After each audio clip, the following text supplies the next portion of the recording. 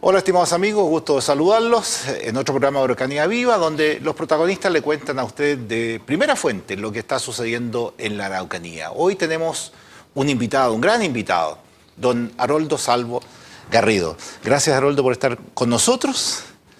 ¿Quién es él, dirán ustedes? Bueno, él es el director de la CGNA.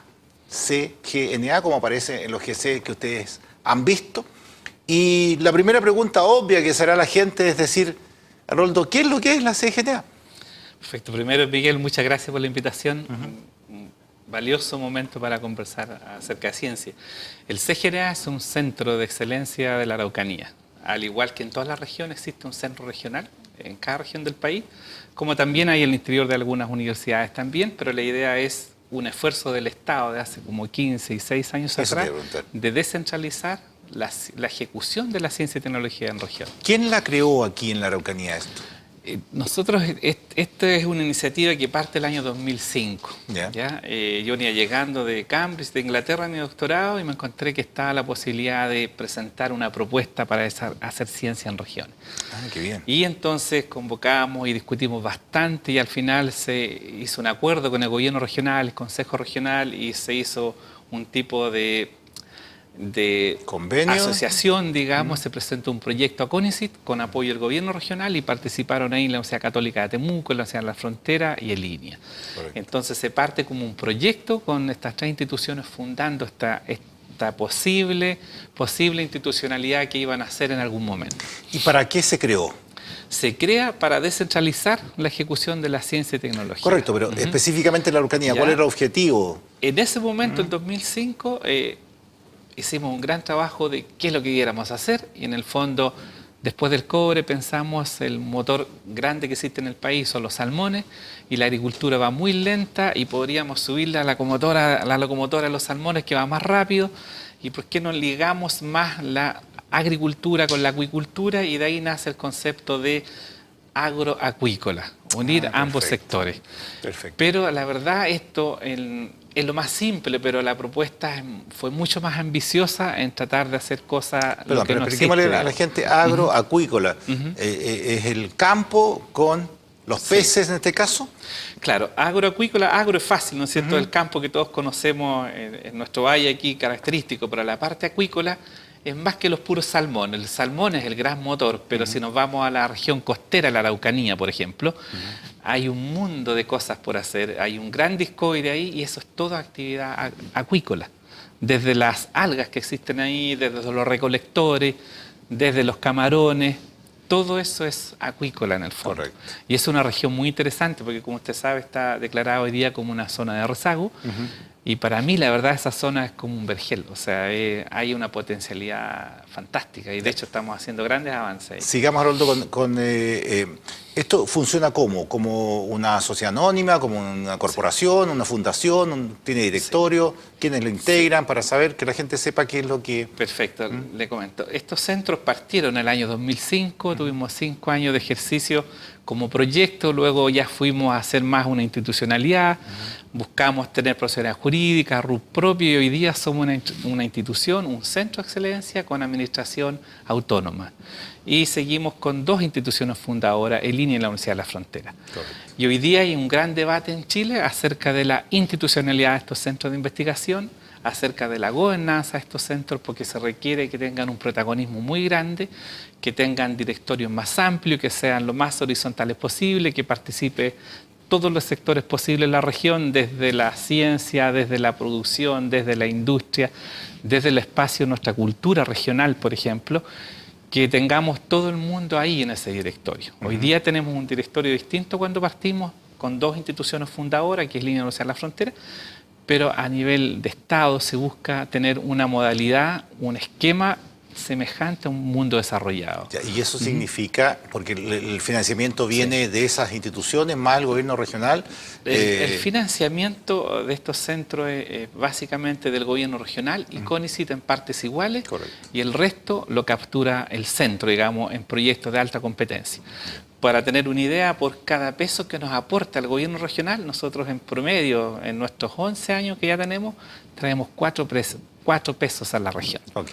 Que la mayoría siguen siendo recursos del Estado, porque son proyectos Corfo, Fondef, pero que si no estuviera el centro no llegarían a la región. Haroldo, ¿y de qué monto es el presupuesto que ustedes logran año a año? El presupuesto más o menos anual son más o menos unos 1.500 millones de pesos. No deja de ser, sí. Sí.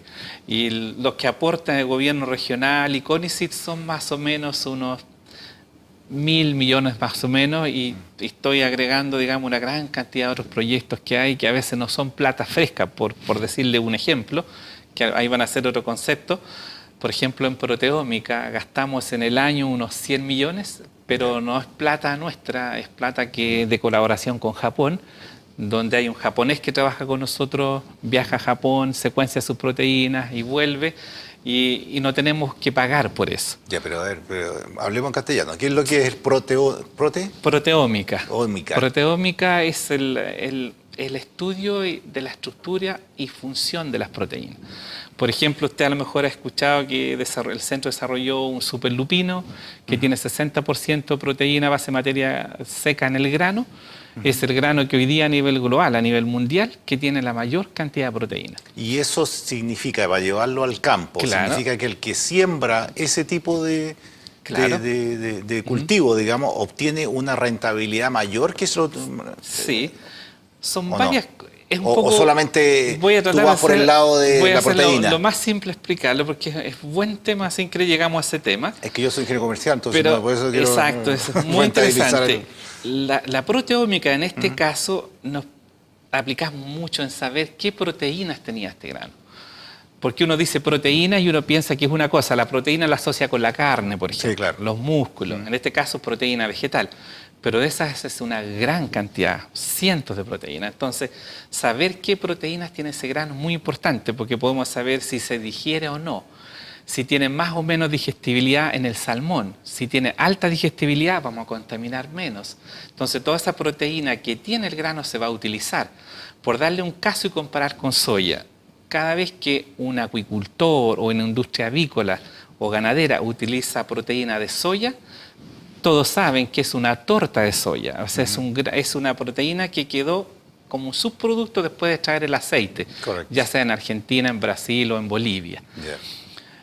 ¿Ya? Entonces, esa torta viene con 46% proteína, 47%. La digestibilidad de eso no es más allá del 50% comparado con una digestibilidad de una proteína de este lupino que se hizo con proteínas especiales, que es prácticamente un 90%. Extraordinario. Entonces, Oye, y eso ustedes lo tienen patentado, me imagino. Claro, ese es un gran desarrollo. Ese lupino lo llevamos a un modelo de innovación social bien interesante. Generamos un spin-out con 5 cooperativas mapuche y le licenciamos este lupino. Y hoy día ellos, en forma inédita, junto con cualquier otro agricultor también, mediano o grande, han ido al clúster del salmón. Hoy día esta empresa de pequeños agricultores mapuche han vendido, yo creo que más de 2.000 toneladas de proteínas al clúster de salmón. Nunca en su vida lo habían hecho, entonces es interesante, no es fácil llegar a eso, es muy complejo. O sea, con lo que tú me dices es que es más fácil, o sea, más rentable colocar ese lupino en pequeños campos, digamos. No, también es campo grande, digamos, da igual. No, pero para rentabilizar a los pequeños. Exacto, Claro. los pequeños agricultores, o sea, igual que los grandes, nuestra estrategia de desarrollo, este lupino tiene muchas más cosas todavía, es que salgan de los commodities, es que procesen más, que yo siempre he dicho que le pongamos techo a la agricultura, porque normalmente estamos sembrando en una época, cosechando en otra época, y el resto del año a veces estamos pensando. Entonces lo ideal sería trabajar los 12 meses del año, como se hace en los países más desarrollados. Correcto. Ahora, este lupino, la verdad, tiene un concepto bien especial. Nosotros como científicos nos preocupa la huella de agua, la huella del carbono, el calentamiento global. Entonces, cuando tengo un rendimiento, por ejemplo, de 3.000 kilos por hectárea y tengo un 60% de proteína, significa que tengo mínimo 1.500 kilos de proteína por hectárea. Pero me perdí porque me dijiste 90% de proteína. 60%. Porque 60%. hablabas de un 60 y después hablaste de un 90. Digestibilidad. Ah, digestibilidad. Claro, Ok. significa que si se come 1 kilo de proteína un animal, significa que 900 gramos los va a utilizar. Perfecto. Si es de una proteína de soya que viene después de sacar el aceite, a lo mejor no va a ser más de 500 gramos. O sea, va a tener que darle más harina. ¿Ya? Ese es un ejemplo. Entonces, lo importante cuando tiene... Lo que nos preocupa en un grano es que produzca un ingrediente que se necesita, que no produzca en esa bodeguita que es el grano, que no almacene otras cosas que no se utilizan. Por ejemplo, si tiene menos proteína, el resto se va a llenar con algo, y es típico, son carbohidratos. Correcto. Pero los carbohidratos son para hacer bolsas biodegradables, o sea, cualquier otra cosa. Es un lupino bastante saludable, digamos. Es un lupino saludable, digamos. Primero, muy positivo con la huella de agua y carbono. Segundo, con mucha proteína. Tercero, con mucha digestibilidad de proteína. Cuarto, con mucha calidad biológica de esa proteína. Las proteínas es una cosa macromolécula muy grande y tienen estructuras pequeñitas que se llaman aminoácidos. Y esos aminoácidos, ¿cuáles tienen? Es vital. Hay 10 aminoácidos que son esenciales. Significa que el organismo no los puede sintetizar si no los consume. Este lupino tiene los 10 aminoácidos esenciales. Ahora, si vamos ¿Y en qué se utiliza el lupino? Para que la gente sepa, porque estamos todavía en el campo, lo estamos sembrando, digamos, y rentabilizando el campo. Rentabilizando, exacto. De ahí sacamos la cosecha. ¿Dónde va? Antes de ir al uso, también es bueno saber que esta planta, esta especie es muy pertinente para esta región. Porque la agricultura mapuche tradicionalmente ha sembrado lupino, pero ha sembrado lupinos amargos, gigantes, grandes. Entonces, ir a sembrar lupinos dulces, que requieren un manejo un poco más exigente, ha sido no tan fácil, pero es impresionante cómo hemos ido aprendiendo todo y avanzando. Hoy día estamos en otra etapa, ¿ya? Entonces, es pertinente porque es un lupino de bajo input en costo. O sea, hoy día ya podemos manejar una hectárea con 450.000 pesos, por ejemplo, de costo, y tener un buen margen. También, ¿cuánto sáquenle por hectárea cuando...? Tenemos casos extremos. Hay una distribución normal de rendimiento. Tenemos agricultores empresariales que siembran, por ejemplo, 2.000 hectáreas y han llegado inéditamente a sacar 6.000 kilos por hectárea. Y agricultores muy pequeñitos que tienen muchos problemas de suelo, que no tienen disponibilidad de maquinaria, que no tienen disponibilidad de las labores en un momento X, pueden sacar 600 kilos. Entonces, hay mucho que pensar cómo hacerlo. ¿Pero el de 600 kilos igual le es rentable? Muchas veces ese pequeño agricultor tiene que hacer una rotación en su suelo y muchas veces como centro tenemos que ir a estudiar qué problema tiene. Obviamente. Para ver si podemos salir de eso. Análisis de suelo, que no hacen... Con análisis de suelo, con todo, y estudiar qué sistema productivo puede él aplicar en su predio. Y al final podemos decir, mire, sí, es factible, él puede ir, o ligeramente sabe, no, aquí no vamos a poder y a lo mejor vamos a tener que entrar en otro tipo de desarrollo con ellos. Correcto. Y en eso estamos, digamos, y ahí viene una cantidad de aplicaciones que son más locas. Sacamos el producto. Ahora, lo último decirle por qué es pertinente, porque estos lupinos requieren bajo input y a la vez se adaptan muy bien a la rotación con los cereales, porque eso tenemos monocultivo, cereales, monocultivo, y eso trae otras consecuencias. Y el lupino fija el nitrógeno también atmosférico y devuelve más nitrógeno al suelo, exuda ácido orgánico en las raíces y libera el fósforo que está retenido. Entonces vamos mejorando el suelo. Tenemos casos de pequeños agricultores mapuche que pasaron de 30 quintales de trigo un año a 70 al año siguiente. Entonces, pero con intermedio le colocaron lupino. Con intermedio lupino. Entonces, hay que mirar esto como un sistema productivo y al agricultor le tratamos de enseñar que nada es fácil, obviamente, y con mucha disciplina y con propósito se logran las cosas, pero hay que ser disciplinado, digamos. O sea, hay que ir con las rotaciones de todo. ¿Ustedes tienen el acompañamiento o es INDAP el que hace el acompañamiento? Tenemos todo el acompañamiento también. El gobierno regional nos financia un grupito de agrónomos profesionales que le dan transferencia y asistencia técnica. Y hoy día se está trabajando lupino desde Los Ángeles, desde Chillán hasta Purranque. Ya, y es más largo el tema, ahí le comento algo más, pero usted me preguntó de qué son las proteínas, qué se hace con ellas, para que comentémosle a la gente lo siguiente, porque a lo mejor puede haber un pequeño agricultor que diga, oye, me interesa, claro, pero ¿qué hago con ello? Y cómo la persona que está en su casa va a decir, ¿y cómo yo sé que viene de ese lupino? ¿Qué hago con o sea, va al pan, va de dónde va? Claro. La primera pregunta que hace, si yo me interesa, si lo quiero hacer, hoy nosotros generamos ese espinado porque el centro tiene que dedicarse a crear ciencia e innovación y no ir más allá que eso. El resto, la captura del valor, tiene que hacer los productores, la empresa, quien sea, digamos, en sus redes que tienen que armar. Entonces articulamos en EGECID y en EGECID hoy día trabajan Ellos son 5 cooperativas y cada cooperativa abarca unas 100 familias y están ingresando más cooperativas, están solicitando las ganas de entrar en EGECID. Ah, pero lo estás dejando exclusivamente ahí. Sí, pero nuestro sueño es que en EGECID sean muchas cooperativas. Esté abierto, o sea, también las que están ahí saben, y es lo que le pedimos, digamos, eso está muy ordenadamente hecho a nivel de estructura jurídica, es una sociedad anónima, abierto a que ingresen más cooperativas. Porque siempre les decimos, miren ustedes... ¿Pero un agricultor solo no puede? También, por supuesto, okay. por supuesto. En este esquema trabajan agricultores mapuche, no mapuche, pequeños agricultores y grandes agricultores. Al final, ¿qué es lo que pasa en EGECID? Hace un negocio con ellos, hace un convenio de siembra con ellos, les compra la semilla después para que puedan, digamos, tener una cantidad a estoquear, porque si van a vender las clústeres del salmón, no puede ir un agricultor con 10 hectáreas ni con 50. No le puedes cantar tampoco. En este caso, también es bueno comentarle que inéditamente IWOS, que es Cargill Aqua Nutrition, hoy día firmó un convenio con ellos. Tuvimos un workshop, nosotros en noviembre del año pasado fueron 400 personas, y en ese workshop IWOS firmó un convenio, un pacto de acuerdo con EGECID de adquirirles toda la producción. Fuimos con consejeros regionales incluso a ver todo el sistema, cuando ellos reciben, para que les cuenten la calidad del producto. Con todos los agricultores pequeños igual fuimos, entonces ellos, es muy distinto cuando ellos ven como una industria, qué es la calidad que necesita, la rigurosidad que hay que tener, entonces ya comienzan a entenderse. Hoy día están en otra etapa ellos, están realmente pasando una etapa muy linda ya de emprendimiento de verdad. Ahora, en ese contexto, la gracia en EGECID que ellos ganan por hacer las cosas bien, ganan en lo que gane su industria que está procesando y ganan asociativamente, porque si trabajan todo en forma asociativa tienen economía de escala. Ya, ahora, ¿ya? Para hacer el resumen, planta, ¿cierto?, el lupino, cosecha el lupino y este lupino se lo venden a través de esta... En EGECID, ¿cierto?, en este momento a las empresas salmoneras. A la empresa salmonera. Y en este esa caso, es la salida del 100% ya de lo que en este momento produce. El grueso, porque nosotros también paralelamente hemos desarrollado innovaciones para que vaya al consumo humano. Ya. Esta es una proteína muy buena. Correcto, ahí vamos a ir, porque...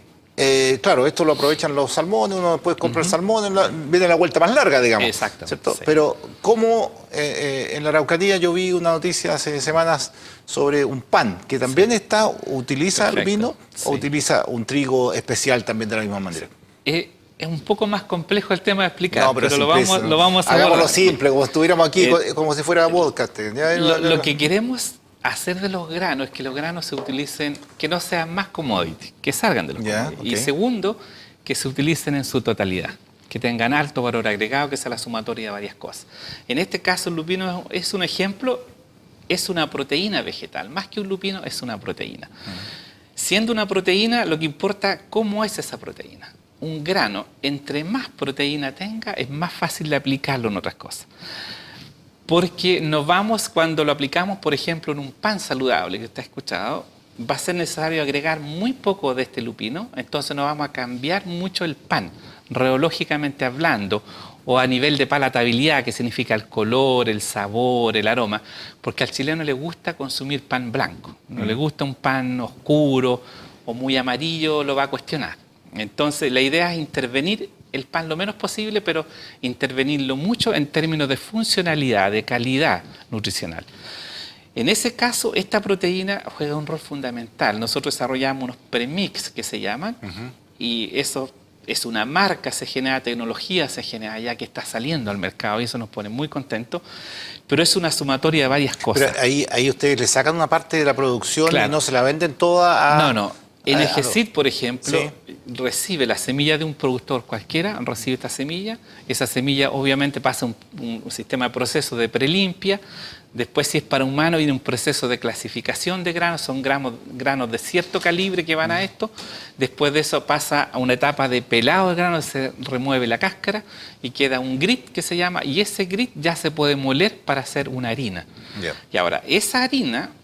Suena largo el proceso. Sí, pero es rápido. Sí. Se junta con otros ingredientes de otros granos, por ejemplo, fibra soluble, lignano, una serie de otras cosas de los linos, y en forma conjunta se hace una mezcla muy bien balanceada que se llaman premix y van a una panadería. Entonces, ¿qué es lo que hacemos? Construimos un envase de tal manera que llegando a una panadería sea muy fácil vaciarlo a una mezcladora qué que tiene bien. la panadería Ya. y no tiene para qué la panadería estar pensando cuántos gramos voy a agregar, ya es una dosis que ellos trabajan, porque estos proyectos lo hacemos como de atrás para adelante, no del laboratorio, o sea, vamos al mercado, trabajamos con la empresa, con la panadería, mire cuál es su modelo de producción, cuánto produce en el día, cómo son sus máquinas, cómo es su mezcladora, su amasadora, cuánto puedo hacer, ya en base a eso diseñamos un premix con un balance perfecto. Y luego desarrollamos un pan, se pilotea, el centro tiene, aparte de los laboratorios de biología molecular, tiene una planta piloto, donde piloteamos esto con máquinas, se hace pan también, se hacen unas mezclas perfectas, porque cuando uno agrega distintos ingredientes en una mezcla, tienen granulometría distinta. Entonces, si no se mezclan bien, un pan va a salir con 80% proteína, otro con 10%, donde tiene que ser una mezcla perfecta. Piloteamos todo eso y luego la panadería lo aplica. Haroldo, ¿Ya? Y aquí- también se hace un test después estos panes, antes de que salga al mercado, ya el mercado lo lance, se hace un estudio que hasta se publica a nivel de journal internacionales de aceptabilidad del consumidor. Y ahí ya luego se puede salir al mercado. Y aquí en Temuco, Ya, ese es un proyecto, por ejemplo, que se quiero desarrolló comer el pan ya con para tres- con- con probarlo, tres- digamos. Claro, con tres pymes panaderas. Está en Cunco, está Ya. acá en un supermercado Mazapán, que está en Las Encinas, y Ya. en Pueblo Nuevo, una panadería Renacer. Ya. Son tres panaderías que ya están emprendiendo con eso, y la verdad les ha ido muy bien. En Cunco se hizo el primer lanzamiento porque también con nuestra pasión de descentralizar incluso en la capital regional, ir a una comuna más pequeña. Yo vengo de esa zona también, Ya. entonces uno tiene sus parroquias por allá, Ya. digamos, de donde partimos, y es muy bonito, digamos, cómo la gente se involucra. Se hizo un lanzamiento ahí, el alcalde de Cunco hizo el lanzamiento con su comunidad, con el supermercado, y es increíble cómo las ventas van aumentando, y en Chile, aunque a veces no creemos, pero el consumidor está muy preocupado de alimentarse mejor. Sí, claro. Ese pan saludable, hoy día, la verdad, es el mejor pan que existe en Chile en cuanto a calidad. Y cada vez lo vamos a informar más. Tiene un 70% más de proteína que cualquier otro pan, hasta 350% más de fibra, y el grueso fibra soluble, que es muy importante. Tiene lignanos, tiene 15% menos de carbohidratos, que es lo que nos hace ponernos más gorditos, digamos, y que lo que no es muy bueno.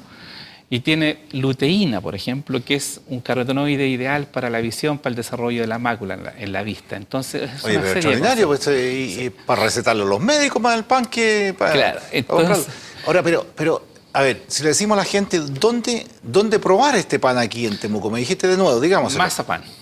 Mazapán. ¿Dónde quedas? Mazapán. Eso queda en Las Encinas. Al frente de las copas de agua que está Ah, pasando. ok. Perfecto. Ahí cada vez va a tener el supermercado mayor cantidad. Estamos partiendo, están incubando, entonces estamos casi alcanzados ¿Y con la tiene materia prima. un nombre especial? Pan saludable. Pan saludable. Pan saludable con tecnología CGNA, parece. Ya. Está bien eso. Me parece bien.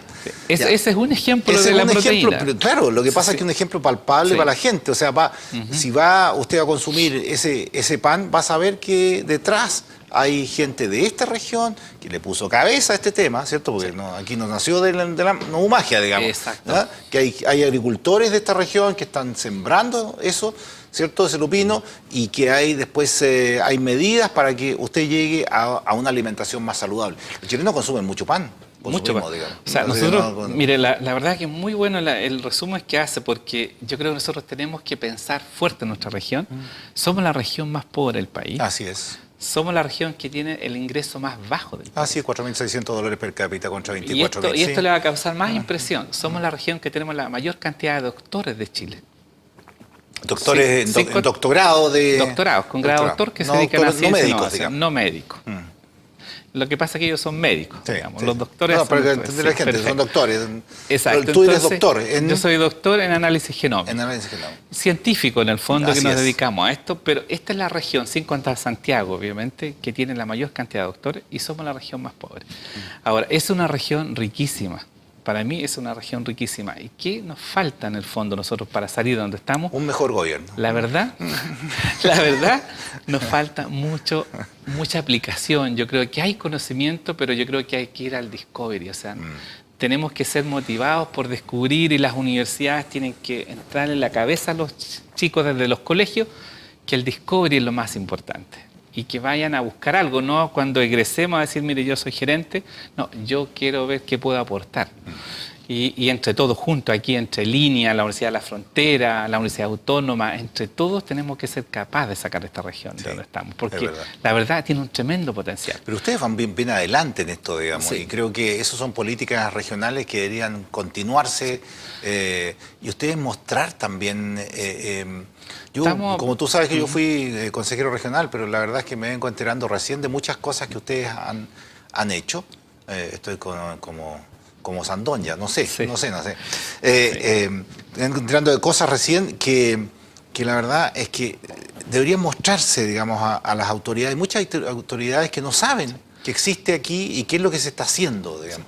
Creo que es importante socializar un poco. La verdad que es una buena crítica y una buena autocrítica que nos hacemos siempre. Los científicos nos volamos mucho, nos encerramos mucho en hacer el tema y a veces le damos poco tiempo a la comunicación. Y la verdad que es muy importante la comunicación. Sí.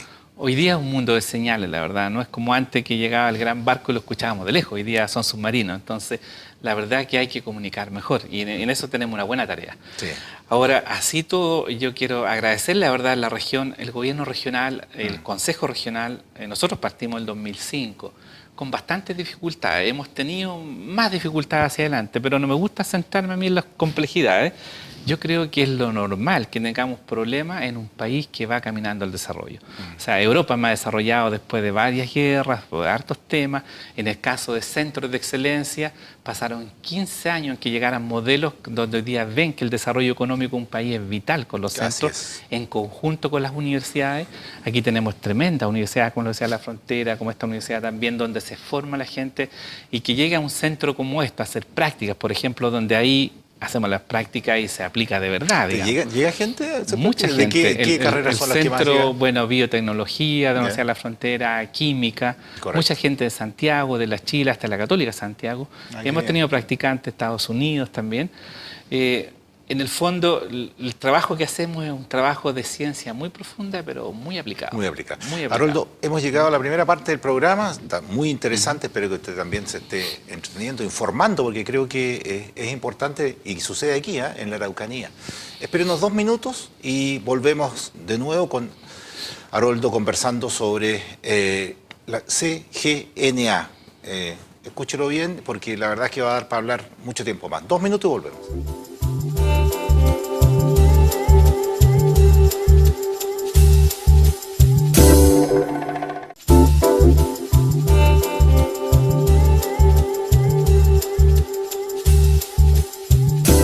Bien amigos, estamos de vuelta con Haroldo Salvo, es el director de la CGNA. Ya les explicamos en la primera parte del programa una de las aristas, y nos volamos también en esa arista, digamos, pero no hemos visto estructuralmente cómo se conforma la CGNA por dentro y qué hace cada uno de esos. Ahora, en la segunda parte veamos, tú me decías fuera de cámara que habían alrededor de cuatro áreas importantes. ¿Cuál es la primera? Perfecto. A lo mejor antes de pasar, retomar algo de que se nos quedó de atrás, yo creo que es muy importante cuando mencionaba que partimos en 2005 y seguimos hasta ahora, entender que cuando desarrollamos un pan saludable hay una ruta para ese impacto. Y esa ruta, digamos, es una disciplina con ciencia bastante profunda. Entonces, es importante que a veces el Estado tiene que entender eso, digamos, de que de repente no se puede descontinuar algo de un año. Muchas veces los impactos son después de 5 años. Correcto. Entonces, en esto ha habido un proceso de maduración y había un buen soporte, en este caso, tanto de CONES y del gobierno regional para seguir en estos desarrollos, digamos. Y por eso estamos viendo los impactos hoy día. Perfecto. Ahora, a su pregunta, al interior del CGNA somos 3 áreas estratégicas bien grandes. Una es ciencia en planta, ciencia y tecnología de los alimentos y desarrollo, transferencia e innovación. Perfecto. Ciencia en planta, ¿qué significa? En planta me siento como algo ciencia en planta, estacionario. Ciencia en planta es, en el fondo, es un área muy amplia, es estudiar y entender a las plantas, en el fondo. O sea, ¿qué pasa cuando colocamos una planta en la Araucanía, por ejemplo, de lupino? Si la colocábamos 50 años atrás, es muy distinta de colocar una semilla hoy día. Tenemos el cambio climático, tenemos los suelos más con problemas, tenemos menos agua, tenemos más radiación Entonces, ¿qué es lo que hacemos en Ciencia en Planta? Es colocar una planta en este ambiente que se llama líneas recombinantes en el fondo y analizar qué pasa en su genoma. Una planta, como nosotros, es un individuo, nosotros somos un libro abierto en el fondo, y en nosotros, igual que en las plantas, el genoma es el libro completo. Y el lenguaje en el interior, las palabras, son los genes. Y los genes son cada letrita. Cuando uno lee una palabra, sabe lo que dice ese mensaje, sabe qué gen tiene la planta. Si yo sé qué mensaje lleva una planta, sé qué puedo hacer con ella. Pero ustedes, ¿Ya? antes de colocar la planta en tierra, ¿saben todo eso? ¿O lo saben después de colocarlo en tierra? Lo que pasa es que uno puede conocer una secuencia completa del genoma de una planta, pero el resultado de una semilla, de un rendimiento, de una altura, etcétera, es un resultado combinado de la genética o del genoma y del ambiente. Okay. Entonces, va a depender de dónde ponga esa semilla. Si la siembro en la Antártida, es distinta que si la siembro aquí o en Iquique.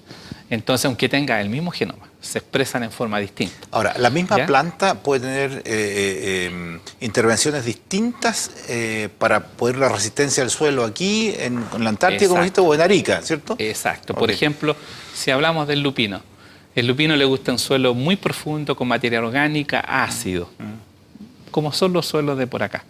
Que un trigo, una cebada no va a crecer bien en un suelo ácido, el lupino sí crece. Tiene una raíz pivotante central, entonces necesita un suelo profundo. Pero si vamos a esos suelos que están deteriorados, poco profundo, la planta no va a crecer, va a rendir un 50%. Entonces ahí tenemos una presión de un ambiente muy grande. Entonces eso hay que estudiar, la interacción de la planta con ese ambiente. Correcto. Y ¿cuánto demoran en cada estudio? En un estudio de una planta, para introducir una planta. Aluprot significó, desde que partió el centro, sacarla más o menos 6-7 años. Bastante rápido, porque con mucho trabajo en genómica. Esto no significa hacer una planta transgénica. Nosotros no hacemos ningún desarrollo transgénico. Todas son plantas, hablamos de naturales, hechas por cruzamiento natural, porque también creo que la Araucanía tiene un tremendo potencial en lo cultural y en lo natural. Ay, espérate, ahí hay un tema importante. O sea, Ya. la planta esta de lupino, que la gente podía entender que tenía un tema dentro de lo que tú decías, la plantita tenía altas fibras, digamos. No es que le hayan hecho un tema artificial, No. Sino que con cruzamiento mejoraron la genética. Efectivamente, Ya. o sea, pensamos si hay dos individuos, uno bajito y uno alto, si los cruzamos ambos van a salir de distintas alturas. Entonces, cuando uno lo hace en forma tradicional, tiene que sembrar esa semillita y buscar las alturas que uno quiera. Pero eso es fácil cuando uno ve el carácter. Pero si usted me dice, mira, quiero un lupino que tenga un 50% más de aminoácidos azufrados, ¿cómo los veo? Claro. No se puede. Entonces, tengo que sembrar la semilla, cosecharla y hacer análisis químico. Me dejaste perdido con ese término. ¿Qué significa eso que dijiste recién? Sí, vos, expliquémoselo. La proteína, como le decía antes, Sí. son perfiles de aminoácidos. Ok. Y dentro de esos aminoácidos, los azufrados, las leguminosas, son muy importantes porque son los que están más bajos. Ya, pero un azufrado, ¿qué es lo que es? Es un aminoácido Ya. que tiene... se llaman aminoácidos azufrados metionina y cisteína. Son aminoácidos elementales para un ser vivo porque forman parte estructural de las proteínas y del ADN. Ya, perfecto. Entonces no tienen que faltar esos aminoácidos. Y las proteínas de origen animal tienen una mayor cantidad de azufrado, pero cuando vamos a plantas, las proteínas vegetales tienen menos aminoácidos azufrados. Yeah. Y ese es un problema para el que engorda salmones o quiere obtener huevos o engordar aves. Entonces nuestro desafío es cómo tenga más azufrado. Este lupino, por ejemplo, tiene el doble de soya, el doble de la soya en cuanto a aminoácidos azufrados. También tenemos lisina y arginina, que son los 3 tipos de aminoácidos más importantes para los monogástricos. Ya, pero ¿y cómo los cruzan? Porque uno puede ser mejor que Sí, otro. es muy difícil, el tema es apasionante, pero es más difícil explicarlo. Pero en el fondo, cuando trabajamos en genómica, y ahí lo que es ciencia en planta, y a la vez en proteómica, sabemos todas las proteínas que tiene una plantita.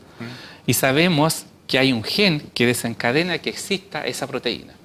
Entonces, sabemos luego dónde está ese gen en el genoma. Entonces, cuando uno cruza dos plantitas, el hijo es un mosaico de los dos padres. Entonces, uno puede hacer como un escáner en su genoma y ver dónde están yéndose esos genes. Entonces, uno a través de su genoma puede seleccionar la planta que le interesa de acuerdo a esa recombinación genética que es ese mosaico. Y luego se siembran y se sigue estudiando solamente las que tienen un background genético que se llama, o una característica genética en su genoma que tiene muchas probabilidades que esté bien lo que uno busca. Si no, es prueba, ensayo y error. Correcto. Porque cuando usted cruza dos plantitas van a segregar, de acuerdo a Mendel, ¿no es cierto? Y tiene que esperar unos 6 años para que sean homocigotas. O sea, para que no segreguen nunca más. Porque las plantas se van polinizando y van cambiando hasta que el 98-99% de cada uno de sus genes ya no segrega más, se llama. Eso toma 6 años. Pero si nosotros lo hacemos y de ahí, rápido... después de esos 6 años sale al mercado, digamos. No, ¿Se puede después de los 6 años recién usted puede evaluar si tiene aminoácidos azufrados, cuánto tiene. Y después dice, tiene aminoácidos azufrados, pero ahora veamos cuánto rinde. Y si no rinde, no me sirve. Entonces, ¿por qué no evaluamos antes? Porque si evaluamos eso en una primera generación, si la planta estaba bien, se autopoliniza, por ejemplo, y al año siguiente ya no es la misma planta. Correcto. Entonces uno tiene que buscar plantas homocigotas. Entonces, para lograr eso es mejor irlo viendo en su genoma. Y hoy día hay muchas cosas que se combinan. Y eso es lo que es ciencia en plantas. O sea, este lupino, para que la gente entienda, este lupino que se está produciendo, demoraron 6 a 7 años en probar. 7 años en hacerlo, en hacerlo, en que digamos. se convierta en variedad. En variedad. En variedad, pero con un trabajo muy intenso al inicio en proteómica y en genómica. Correcto. Y en caracterización química completa de todas sus características. Oye, Roldo, ¿y qué están preparando de aquí en más? ¿Así algo como lupino? Algo que lleven ya 5 años, 3 años, que esté a punto Claro. de salir. En ciencia en plantas seguimos trabajando muy duro en genómica y con nuevas herramientas de la genómica para ser más eficiente en que una planta produzca y se adapte en un ambiente. Queremos ¿Cualquier romper- planta? Trabajamos básicamente en ácidos grasos y proteínas. Ya. ¿Ya? Y lo que está al lado de ello, que son fibras solubles y biocompuestos. Hoy día en ciencia en plantas queremos hacer variedades que den semillas funcionales o saludables. Desde que partimos nosotros, y eso cuesta a veces explicarlo, no nos interesa que una planta rinda harto si su calidad es mala. No saco nada con tener un grano de un lupino que rinda mucho si la mitad son carbohidratos. Claro. Y a un agricultor no le va a interesar. Por lo tanto, cuando le pague el agricultor, va a ser un precio muy bajo. Porque hoy día lo que se transa en el mercado de Chicago, en la bolsa, es proteína. La proteína es un commodity. Entonces, yo no puedo hacer un grano que no tenga proteína porque el agricultor va a perder. Entonces, ese es el primer concepto que hay que romper. Yo siembro para producir proteína, primera cosa. Luego, qué calidad de eso, y es lo que donde estábamos, y en ciencia en planta nos preocupa que esa calidad sea brillante. Sumado a eso, también nos interesa que la planta lleve otros conceptos que son biocompuestos o que son antioxidantes. A lo mejor han visto en televisión, ha salido ya en TVN varias veces, los superalimentos. Sí. Hoy día, este pan, por ejemplo, tiene fitoestrógenos. ¿Pero dónde están esos fitoestrógenos? ¿Qué es lo que son? Son polifenoles. ¿Qué es lo que son pero un estos? momento, más claro. Son, Ya, fitoestrógenos, polifenoles, expliquémoselo, porque son términos que... pero en el fondo, Claro, pues el pan tiene Sí. ya, fitoestrógenos. sí. ¿Qué es lo que es? Los fitoestrógenos no vienen del lupino, salen de un lino, ¿ya? Son biocompuestos, se llaman metabolitos secundarios, ¿ya? Son metabolitos que las plantas sintetizan y que en este caso corresponde a una familia de polifenoles, así, eso es lo que específicamente hablando, pero la planta también los almacenan, unas los tienen y otras no los tienen. También hay genómicas detrás de eso, o sea, yo puedo hacer una semilla de lino que tenga 10 veces eso o que tenga 1. Entonces, cuando voy a hacer un pan, por ejemplo, que quiero que tenga estos polifenoles porque son muy saludables, por ejemplo, 20 años en Canadá de investigación ya demostraron que previenen el cáncer, por ejemplo, y que ayudan mucho. Entonces, nuestra preocupación es que la gente se alimente mejor, porque somos la región que tiene la mayor obesidad infantil, por ejemplo, y la principal causa de muerte es el cáncer gástrico en Temuco. Entonces, queremos también que se alimenten, por eso en el pan, porque es el principal vehículo para que se alimenten mejor. Y después lo hicimos en el huevo, que es otro ejemplo. Pero en el fondo, en ciencia en plantas, volviendo en genómica, no solo la proteína nos preocupa, ni los ácidos grasos, que es otro mundo, sino que también estos biocompuestos.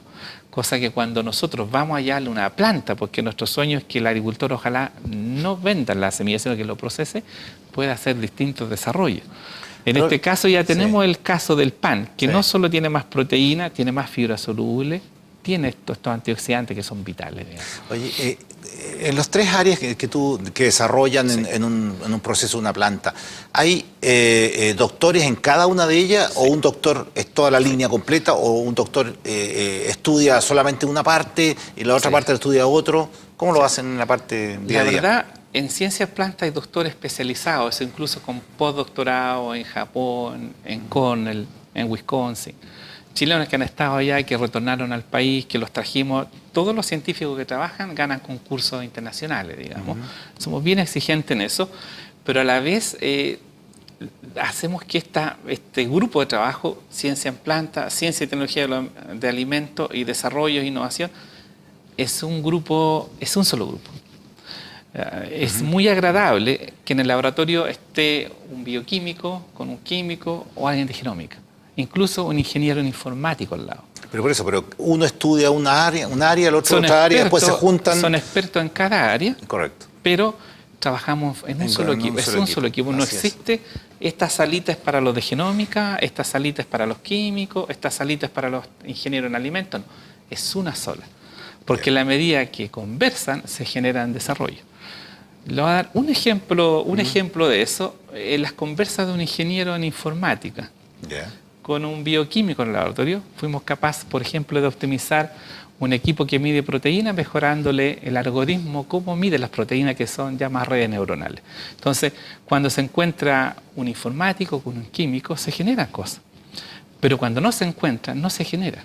O sea, cuando se juntaron en Santiago en proyectos anillos, por ejemplo, que son proyectos asociativos de mucha investigación asociativa entre las universidades, cuando lograron juntarse los químicos cuánticos con los físicos, hoy día tenemos una cantidad de desarrollo en el clúster del salmón, por ejemplo, desde los film, que son con microperforaciones para que el salmón se comporte de una forma, o de las aplicaciones de cobre en las clínicas para que tengamos menos contaminación con bacterias. Pero tienen que juntarse y muchas veces los científicos no son muy buenos en juntarse. Para eso. Oye, entonces en el centro de las áreas... Sí, vamos a otro... Sí. Estamos en el tema planta. ¿El segundo es tema? Ciencia y tecnología de los alimentos. Yeah. En genómica podríamos hacer el máximo en lograr que una semilla almacene las mejores características, pero obviamente no va a ser total. Entonces, en ciencia en planta queremos llevar, primero, cuidar que no se nos destruya lo que logramos. Por ejemplo, una proteína fantástica, pero si hacemos un proceso mal, la vamos a dañar. Por ejemplo, si voy, de lo más simple, voy a pelar este lupino, a sacarle la cáscara con procesos químicos, ya no va a ser una proteína natural, la destruye. Ya, voy a hacerla por un método abrasivo y si lo hago mal, voy a sobrecalentar ese grano, voy a destruir los aminoácidos. Entonces, en ciencia y tecnología de los alimentos vemos cómo hacer aplicaciones para mantener esta calidad, por un lado. Y por otro lado, para agregar nuevas cosas. Por dar un ejemplo, la microencapsulación de compuestos bioactivos, el discovery de nuevos compuestos de biocompuestos, dónde están y cómo los podemos utilizar.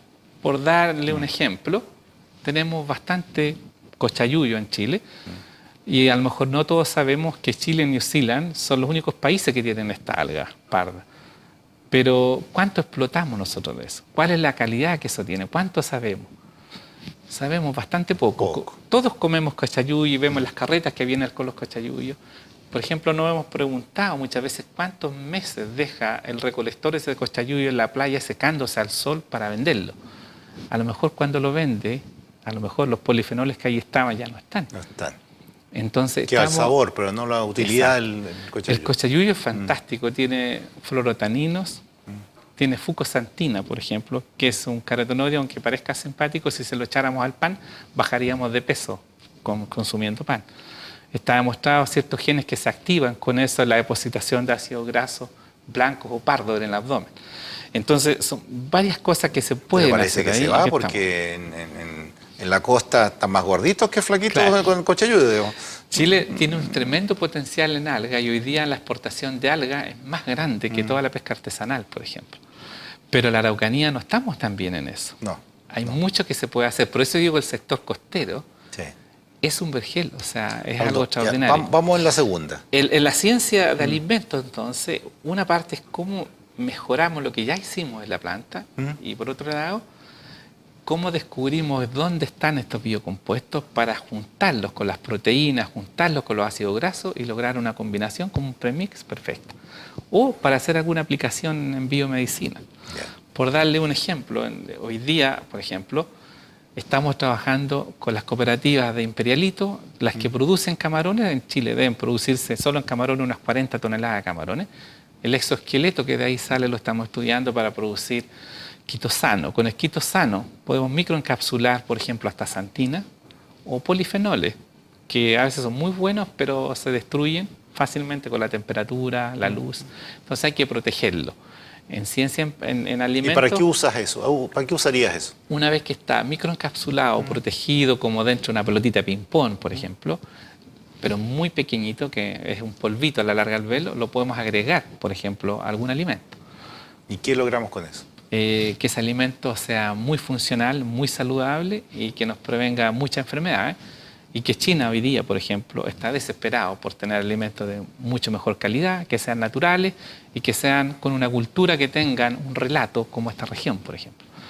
Y ahí estamos con unas ideas muy interesantes a ver si llegamos al mercado chino, que de paso nos han visitado 2 veces en torno a la proteína. ¿Chino o japonés? Chino. Chino, ok. Japonés es igual, pero el Ya. mercado chino es increíble, digamos, la demanda que tiene hacia productos nuestros, digamos. Nos han visitado como 3 delegaciones chinas. Y estamos trabajando a ver si llegamos a puerto con algo. Tenemos una pequeña mesa en Shanghái hoy día, vía colaboraciones con colegas del área de economía, y estamos testeando productos en Shanghái, qué es lo que pasa. Me gustaría llegar con una leche vegetal en polvo a China, con microcapsulados, por ejemplo, de nuestros camarones, de otras cosas. Ese es el segundo paso. El tercero. Lo que es desarrollo, transferencia e innovación. Todo lo que hacemos nos sirve si no se pone en el mercado. Obviamente. ¿Ya? Entonces, en todo lo que es desarrollo y transferencia, la verdad que partimos desde el primer día con los pequeños agricultores. O sea, como que no se necesita después transferir, porque ya lo conocen desde el primer día. Desde que partimos con una planta, lo hacemos en su terreno. Nuestras estaciones experimentales en plantas están in situ, en la pequeña agricultura, ahí. Entonces él está ahí todo el día y lo invitamos a que participe y sembramos en su campo y sembramos pequeñas cantidades. Entonces cuando ya una variedad, por ejemplo, que es lo tangible para ellos está, ya la conoce. Entonces ya lo saben sembrar, ya hay que producir. Entonces en ese desarrollo... ¿Y ellos no se ponen ansiosos para producir? Necesitan... Sí, la verdad, nosotros también nos ponemos ansiosos y hemos aprendido harto con ellos, mucho. De repente desconocemos muchas cosas de la pequeña agricultura. Conocemos más la mediana y la gran agricultura, creo yo, porque ellos, un gran agricultor que está en la región es fantástico, ellos saben hacer muy bien las cosas, tienen buena tecnología, importan buena tecnología, podemos aprender de ellos bastante, y como que no necesitan una transferencia, y necesitan un producto valioso y despegan. El pequeño es al revés, digamos, no conoce la tecnología y muchas veces la conoce, pero no tiene la posibilidad, o sea, no falta, digamos. Entonces de ahí es donde hay que articularlo, y de ahí en lo que es desarrollo y transferencia, más que transferirle algo, porque ya lo conoce, nos preocupa qué modelo debiéramos hacer para que esto llegue a puerto. Correcto. Porque si no, es solamente un O sea, modelo ustedes teórico. también a esas personas las encausan con el modelo de negocios que ellos deberían tener. Sí, las encauzamos, los hacemos que conversen, desde que el cerco es para los animales y no para ellos, digamos, que tienen que conversar y que tienen que interactuar y que en forma conjunta van a llegar y que una demanda es de 1000, no de 1, y ellos no tienen que competir entre ellos, sino que tienen que competir con otros países, con Argentina, Brasil, pero no entre los vecinos. Entonces los hacemos que se entusiasmen, que siembren, hacemos muchas giras desde que se siembra hasta que se cosecha, pero son cientos, y vamos con ellos, vamos a un agricultor fantástico, a un agricultor que no les fue bien, a un agricultor que está más o menos, y comparten. El pequeño agricultor conversa y entiende mejor cuando su partner, su igual, le dice, mira, yo fracasé porque fui porfiado. Claro. O yo fracasé porque no lo hice cuando me dijeron. ¿Ya? No, si yo sabía, entonces tú no lo hagas. Entonces, en ese lenguaje, ellos confían. Porque, mira, yo creo que este me está vendiendo algo. Entonces, es mejor que lo palpen, digamos. Haroldo, esta es la tercera. ¿Hay alguna cuarta? No, esas son nuestras 3 grandes Ya, áreas. 3 pero grandes dentro de cada una hay mucho. Por ejemplo, ciencia en planta, trabajamos en ácidos grasos, en proteínas, en fibra. Eso implica lupino, lino, canola. Y en ácido graso, la desesperación es buscar cómo logramos ácidos grasos más funcionales, más ácido graso de cadena omega 3, de cadenas largas omega 3, porque las plantas producen solo cadena corta. Y el omega 3 que nos interesa es la sumatoria de EPA y DHA. Entonces, ¿cómo podemos hacer esos ácidos grasos? Tú hablaste al principio que tenías, además del pan, un tema de un huevo. Sí. ¿Eso ya está en el mercado también? El huevo está desarrollado. Ese fue otro tema y que también es un producto es como el roadmap del impacto. O sea, uno de repente, estos tipos hicieron un huevo omega en 1 año y medio, pero ¿cómo tan rápido? Sí, lo podemos hacer porque primero hicimos una semilla que se puede generar en un producto tecnológico para darle una ave ponedora. Si no estuviera esa semilla, no se puede hacer el huevo omega 3. Es bueno hablar de ¿Y qué significa el huevo? ¿Es un super huevo? Es un super huevo. Es interesante hablar del tema porque también nuestra meta es que la Araucanía no requiere importar tanto a la Araucanía, sino que sean productos de acá. Porque eso mueve los tractores, mueve los camiones, entusiasma a los agricultores y trabajamos los 12 meses del año. Se logra esa sinergia y ahí está la economía de escala. Si no, si importamos todo, no funciona. Claro. No funciona la cosa. Ahora, en esa ruta, digamos, para lograr ese impacto, para producir un huevo omega 3 no es novedoso. Huevos omega 3 hay en todos los supermercados y son carísimos. Pero todos se han hecho con fuentes marinas, con aceite de pescado, harina de pescado. Ya el huevo tiene un olorcito distinto que la gente a veces dice, no, este huevo no huele como a huevo de campo. Entonces, una cosa básica, bueno, hagamos un huevo que sea como huevo de campo y vamos con la sostenibilidad de los sistemas productivos, tratemos de que no usemos fuentes marinas. ¿Será factible? Sí. Ya, ahí discutimos y presentamos un proyecto en conjunto con la Universidad de Nottingham de Inglaterra. El PAN también lo hicimos en conjunto con el IFIAR, un centro líder de clase mundial en Inglaterra en food research o en investigación de alimentos nada más. Nos asociamos, hacemos redes y trabajamos. Entonces en el huevo, ¿qué es lo que nos dimos cuenta? El ave puede consumir ácidos grasos vegetales, pero el problema es que las semillas tienen como mucha fibra. ¿Y cuál es el mejor ácido graso para eso? Es el del lino, pero el lino tiene mucha fibra y mucha fibra soluble a veces. Entonces la gallina le da diarrea, baja de peso y deja de poner. Entonces hicimos un lino para las gallinas en el fondo, para las aves ponedoras. Hicimos un lino para hacer un pan que tiene 10, tanto por ciento fibra soluble y un lino para aves ponedoras que tiene 1,2. ¿Cómo se pueden hacer dos linos tan distintos en ese concepto nada más? Porque sabemos dónde están sus genes en el genoma, entonces podemos dejar uno o sacarlo. Es como un Lego en el fondo. Se arma ese puzzle y se genera la variedad. Aparte que la variedad tiene que rendir y que tiene que adaptarse, obviamente, para el agricultor. Entonces desarrollamos un producto que cuando el agricultor siempre... ¿Cuánto demoraron en eso? ¿Cuánto tiempo? 1 año y medio. Y en otros demoraban, Lupino, 7 años. O sea, no, pero la variedad la hicimos más o menos el mismo tiempo en lupino, 7 años, 6 años y medio, 7 años, y luego teniendo la semilla hicimos este otro desarrollo, perfecto, que es un huevo omega. Ahora, para hacerlo, en el fondo también se hace un mix entre el grit de lupino y unas semillas de lino. Se balancea muy bien en un proceso, se hace un prensado en frío, por un lado sale un aceite, por un lado sale un speller, o un cake o una torta de lino que la dejamos muy balanceada en biocompuesto y en ácido graso. Y ese speller, que es como una galletita, entra en una dieta de las aves. Bueno, probamos distintos modelos con más de 200 aves en Avícola Huichahue, que fue la más activa en eso. Y cuento corto, logramos un 10% más de postura, a la gallina les gustó mucho. Se enfermaron menos, ninguna novedad para nosotros si tienen lignano y otros biocompuestos que le hacen bien para las células aves, pero lo más novedoso fue que las aves incluso fueron capaces de elongar los ácidos grasos omega 3 de cadena larga y pasamos de un huevo que tiene ácido graso una relación de 14:1, omega 3, omega 6, omega 3, a casi 12:1, que es un balance perfecto entre omega 6 y omega 3. Para los japoneses, por ejemplo, los asiáticos en general, las dietas deben ser casi de 1:1. De 1 es a 1,5 a 2, no más, en relación omega 3, 6. Eso significa que entre más ácidos grasos de omega 3 de cadena larga tengamos, más saludable va a ser, porque está reconocido globalmente que el omega 3 interviene en el desarrollo del cerebro, en el CI, en la capacidad de las personas de pensar mejor, que generan temas cardíacos más sanos, etc. Cuando estamos ácido graso omega 6, es un ácido graso que nos genera más alergia, es un ácido graso más malo, digamos, alergia a nivel estomacal, y nos empezamos a engordar en el fondo Así es. y tenemos otros problemas. Haroldo, ha sido extraordinario la clase que has dado a los telespectadores. Te quiero ofrecer las pantallas para que te despidas de los telespectadores. Yo creo que da para otro programa bastante bueno y te agradezco la capacidad de exposición para que la gente vaya sabiendo qué es cada cosa, digamos, y las 3 áreas que son importantes en el desarrollo de la CGNA. Así que ahí tienen la cámara para despedirse. Bueno, espero no haber aburrido a la audiencia, ¿no? Pero ha sido un tema para mí apasionante hablar. Vuelvo a agradecer el espacio. Yo creo siempre es muy poco el tiempo para hablar de ciencia.